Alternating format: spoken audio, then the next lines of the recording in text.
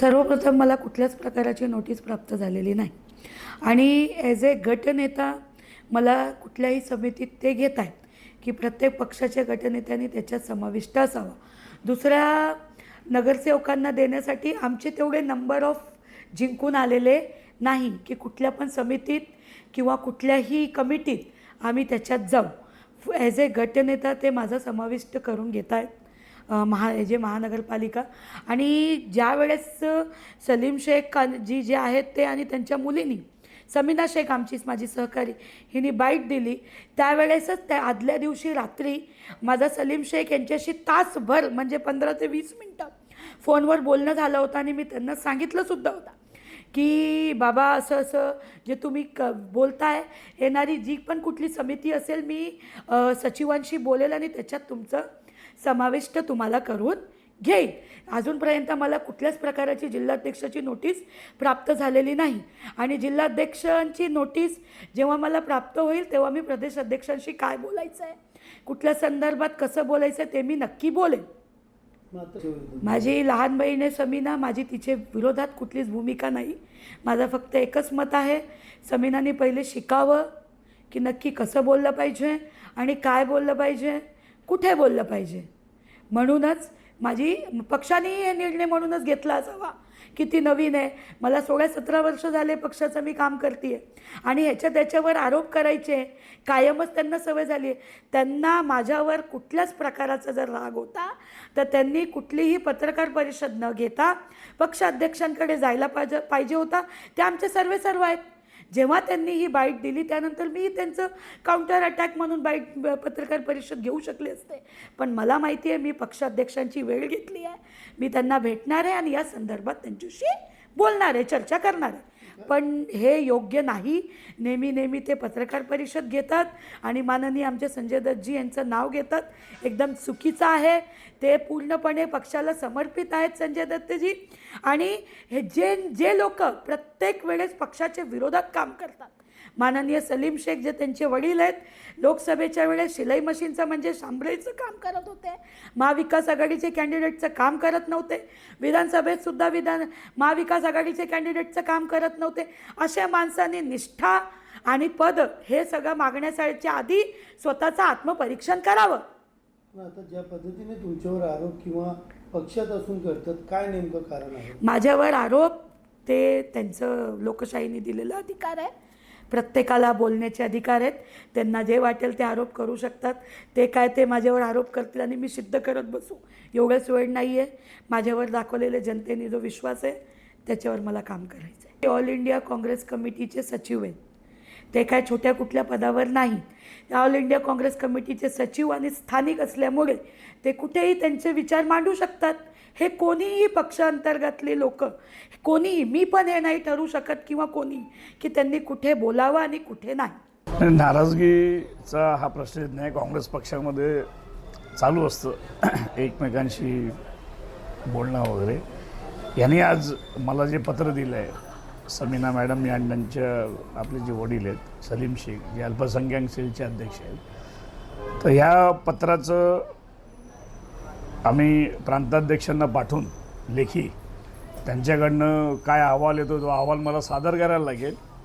आणि जर असं काय असेल हे आढळलं, कारण की समोर कांचन कुलकर्णी या गटनेता आहेत, तर त्यांनाही आता हे जे पत्र मिळाले त्या आधारे त्यांना एक मी लेखी त्यांना एक अहवाल त्यांना मागवणार आहे.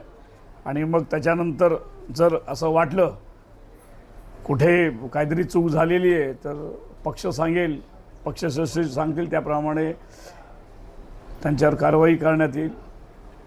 काय नाही, ह्या पत्रात हे म्हटलेलं आहे की आत्तापर्यंत महानगरपालिकेमध्ये 2 समित्या झालेल्या आहेत, APMC मार्केट समिती आणि मोबाईल टावर समिती.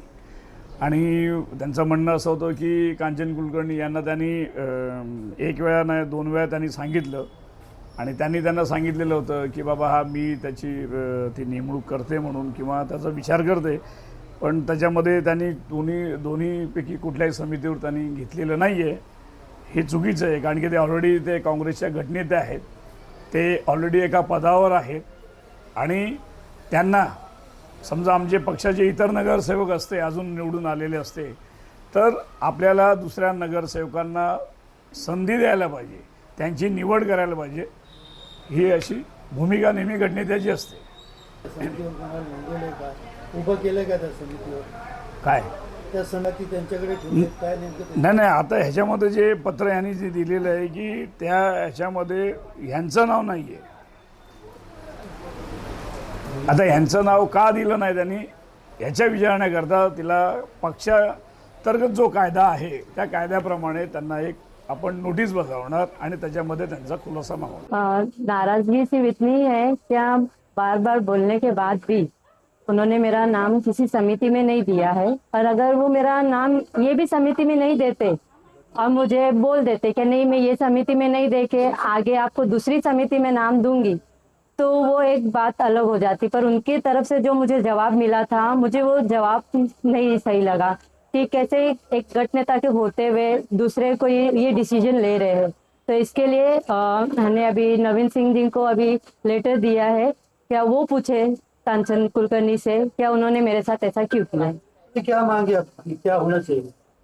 मांग तो मेरी बस इतनी है कि आगे जितनी कमिटियां बनती है उसमें सही तरीके से इंसाफ हो, मुझे भी समितियों में नाम, मेरा भी नाम समितियों में दिया जाए, जो कि कांचन कुलकर्णी क्योंकि गट नेता है तो ये अधिकार उन्हीं का है, तो वो अपने अधिकार का सही उपयोग करे और मुझे भी समितियों में मेरा नाम दे. देखिए ऐसे तो वो मेरे ऊपर गुस्सा है नहीं है वो बात समझ में नहीं आती, क्योंकि वो बोलते नहीं है, वो हमेशा यही बात कहते हैं कि हम दोनों एक हैं, बट बोलने में और करने में फ़र्क होता है. वो उनके व्यवहार से दिखता नहीं है कि हम दोनों एक हैं. हम दोनों हमेशा से शायद अलग अलग ही चल रहे हैं और अभी तक अलग अलग ही है. ये तो उन्हें पता होगा अच्छे से क्या उनका क्या मुझसे ऐसा बैर है. मुझे तो कोई बैर नहीं है, क्योंकि आप देखा जाए तो वो सीनियर ही है मेरे, वो सीनियर है मेरे, तो उनको मुझे साथ में लेके चलना चाहिए, लेकिन वो ऐसा कुछ करते नहीं हैं. हम दोनों इलेक्शन के टाइम से अलग थे, हम चुनने के बाद चुन के आने के बाद भी हम दोनों अलग ही है. और अभी जैसा कि ये सारे प्रकरण हो रहे हैं, तो इससे तो मुझे यही समझ में आ रहा है कि महापालिका में भी मैं अलग ही हूँ, मैं अकेली ही हूँ. जैसे लास्ट जब मोबाइल टावर की कमेटी गठित हुई थी, तभी मैंने उनसे रिक्वेस्ट की थी क्या आगे जो भी कमेटियाँ बनेगी तो उसमें आप मेरा नाम देना. तो उसके बाद एपीएमसी मार्केट की कमेटी गठित हुई 10 जुलाई को, लेकिन उन्होंने उसमें भी मेरा नाम नहीं दिया. तो मैंने सिर्फ उन्हें ये पूछने के लिए कि आपने मेरा नाम क्यों नहीं दिया है, मैंने उन्हें कॉल किया था और उन्होंने मुझसे कहा कि मुझे संजय भाई ने मना किया है. संजय भाई ने कहा है क्या आप सिर्फ अपना ही नाम कमेटी में देना, समीना शेख का नाम कमेटी में मत देना. कौन है संजय और क्या पद है उनको और क्यों मना किया? संजय दत्त जी अभी फ़िलहाल महाराष्ट्र में तो शायद उन्हें कोई पद हासिल नहीं है, वो हरियाणा के प्रभारी है. तो वो हरियाणा के प्रभारी रह के कल्याण डोंबिवली महापालिका में हमारे गट नेता ऑफिस में इस तरह का डिसीजन क्यों कर रहे हैं, ये तो मुझे भी नहीं पता. इस बारे में आपने तो शिकायत की है, जो देखिए आपने लेटर दिया? जी, इस बारे में हमने एडवोकेट हमारे जो जिला अध्यक्ष है नवीन सिंह जी, उनसे अभी लेटर दिया हुआ है उन्हें, क्या ये हमारी मांग अभी आगे तक पहुंचाए. और ऐसे ही लेटर हम आगे हमारे प्रदेश अध्यक्ष सबकल साहब को भी देने वाले हैं. अगर इसमें कोई डिसीजन नहीं हुआ तो आपकी आगे की भूमिका क्या है? नहीं, मुझे उम्मीद है कि हमारे जो वरिष्ठ है वो हमारे साथ न्याय करेंगे, क्योंकि ये गट नेता का अधिकार भी है और एक फ़र्ज़ भी है उनका कि वो अपने नगर सेवक जितने भी है महापालिका में उनको हर तरीके से आगे बढ़ाने की कोशिश करें. जैसा कि मैं बाकी सारे पार्टीज़ में देख रही हूँ, क्या सब गट नेता अपने अपने नगर सेवकों को आगे बढ़ा रहे हैं और हर कमेटी में एक चेंज कर करके नाम आगे देते. तो ये हमारी तरफ से भी होना चाहिए.